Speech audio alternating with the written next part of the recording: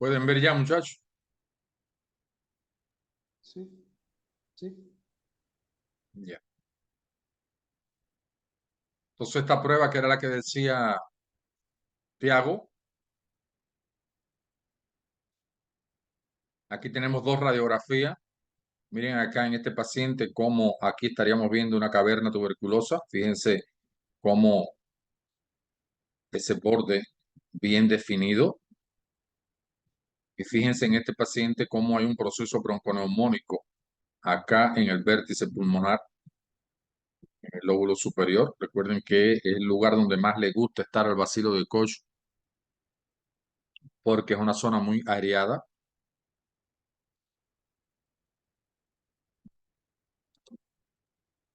Ahora, ¿qué conducta tomamos con este paciente? Voy a resumirle de forma rápida porque el programa de tuberculosis es muy amplio y solo para recordar un tanto y motivarnos a revisar el mismo. Recordamos que en la prevención primaria lo que yo hago es actuar sobre los factores de riesgo, buscar individuos en riesgo porque es lo que necesito para evitar caer en un diagnóstico determinado. Entonces nosotros tenemos a la BCG, la vacuna, que la colocamos en todo recién nacido y esto protege, tiene una gran sensibilidad y especificidad, protege a las personas de tener tuberculosis y es un programa que está bien controlado. Y de otra manera, a los individuos que están en contacto con un paciente con tuberculosis, a los familiares de este paciente, que hay contacto, a este se le va a hacer quimioprofilaxis también en su domicilio o a los que trabajan con él. ¿Verdad? Dice que los recién nacidos institucionales y a todo personal que trabaja en los laboratorios con tuberculosis y a los contactos directos. Este es un elemento. El otro elemento de la prevención primaria es que yo como médico tengo que notificar mi caso, diagnosticar mi caso, notificarlo, hacerle la ficha epidemiológica, hacerle la historia clínica epidemiológica e ir a visitarlo a su vivienda. Es decir, la enfermera del programa, el médico del programa, van a visitarlo para hacer un control de foco y ver todas las características que tiene la vivienda de mi paciente, hacer educación para la salud, aprovechar y dar educación, explicar cómo se transmite la enfermedad, ¿verdad? En esa prevención primaria también vamos a hacerle prueba de tuberculina a todos los contactos del paciente. Y esta prueba de tuberculina, con una prueba tuberculina positiva, se hará valoración clínico-epidemiológica. Generalmente existen grupos básicos de médicos que trabajan en el programa específico. Se le va a tomar muestra de esputo a esos pacientes y si es necesario se le va a hacer rayo X de tórax también para descartar si realmente hay una tuberculosis activa. Si se descarta que no hay una tuberculosis activa, entonces se administra la quimioprofilaxis con la isoniazida.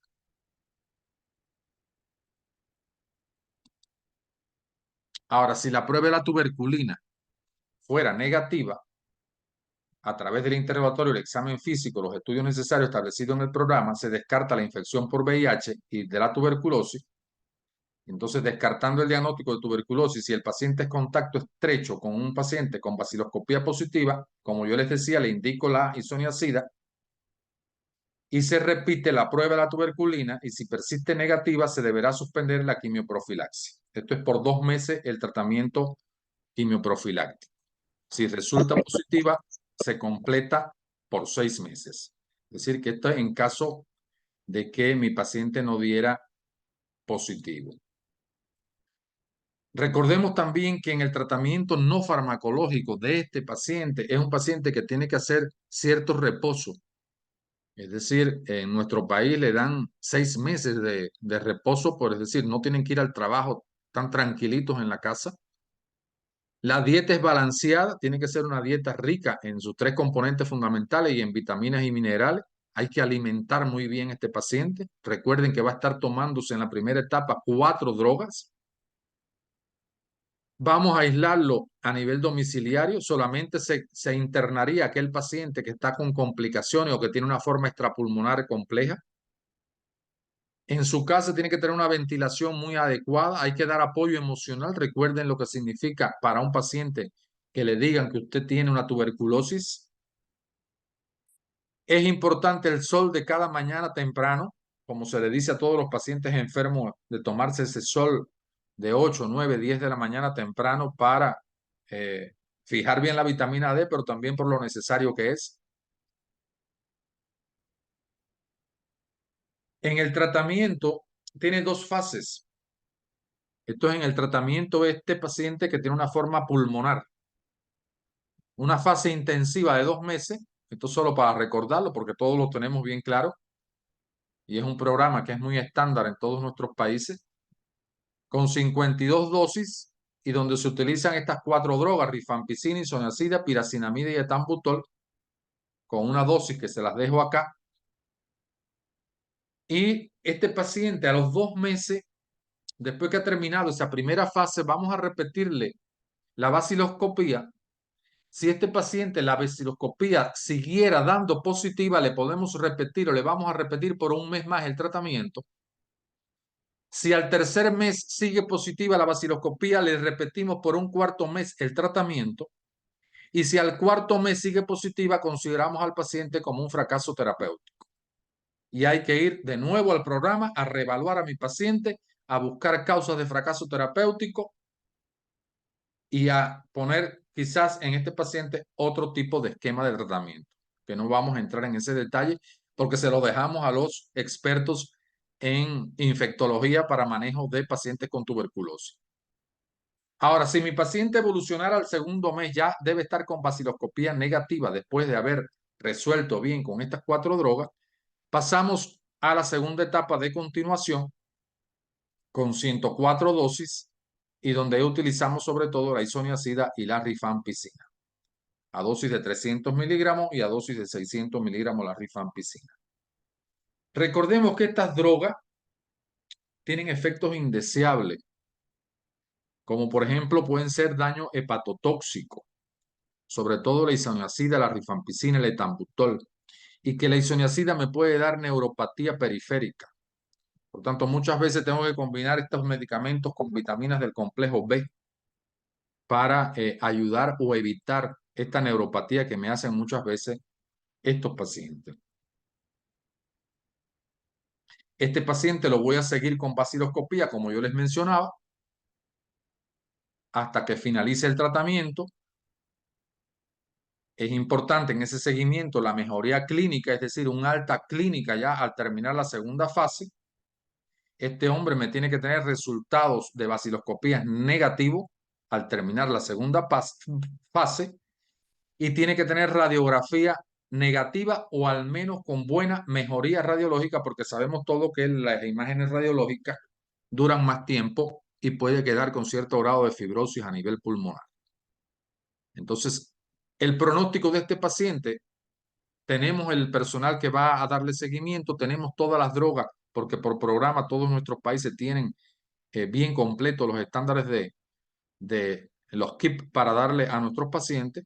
Por tanto, consideramos que el pronóstico es bueno. Recuerden que hay 4 tipos de pronóstico. Bueno, aquel que pensamos que va a evolucionar todo satisfactoriamente.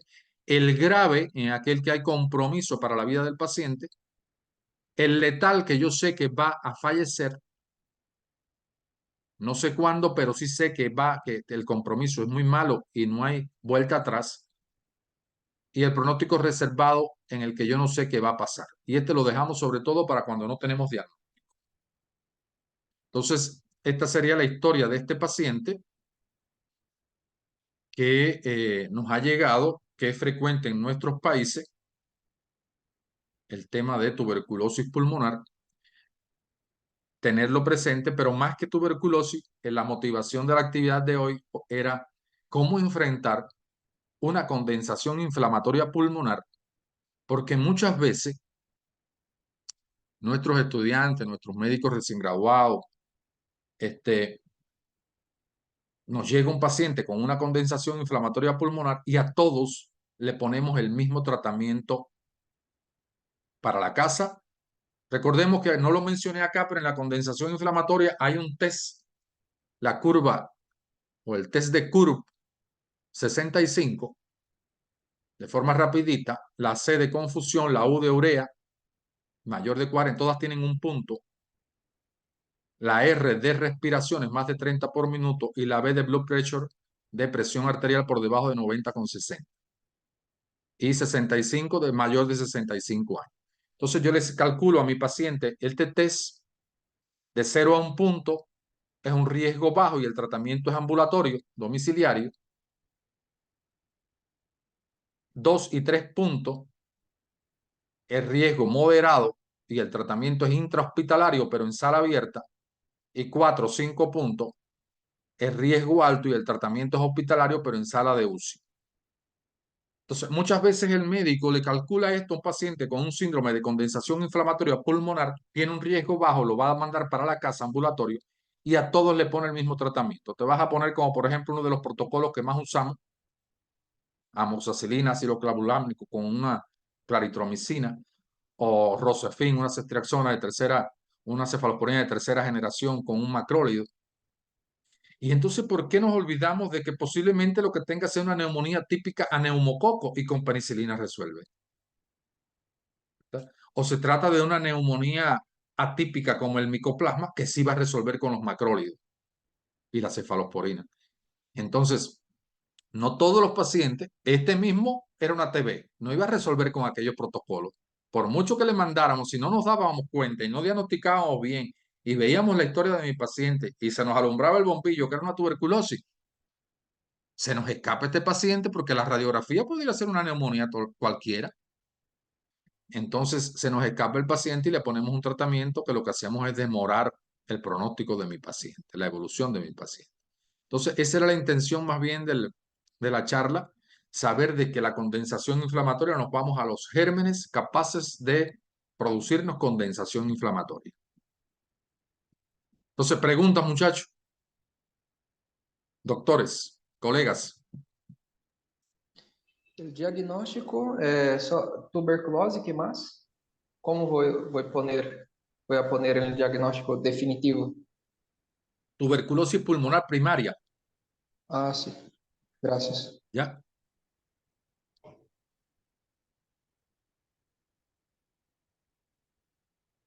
¿Alguna pregunta? Alejandra, Emedín, José, Abel. Doctor, cuando mencionan, por ejemplo, en el tema de crépitos y subcrépitos, ¿podría ser algo característico el tema de subcrépitos en TB? No, no es algo característico, Alejandra, no. Buena la pregunta porque los agarré en la pregunta que hice en el grupo, ¿verdad? Los crepitantes los ocultamos al final de la inspiración y los subcrepitantes en los dos tiempos y no guardan relación de encontrarlos más o menos en determinado tipo de neumonía o bronconeumonía. Lo que me dicen los crepitantes y los subcrepitantes, lo que me están diciendo es que tiene una condensación inflamatoria o que tiene una congestión pulmonar. Eso es lo que me está diciendo, que no se me puede, es decir, por gusto no lo tiene. O tienes una neumonía, una bronconeumonía y averigua cuál es, o estás congestivo y mi paciente está en insuficiencia cardíaca, aunque no lo parezca, estúdialo y míralo a ver qué es lo que pasa. Pero eso es lo que quiere decir crepitantes y subcrepitantes. ¿De acuerdo, Alejandro? Sí, doctor, muchas gracias. ¿Alguna otra pregunta?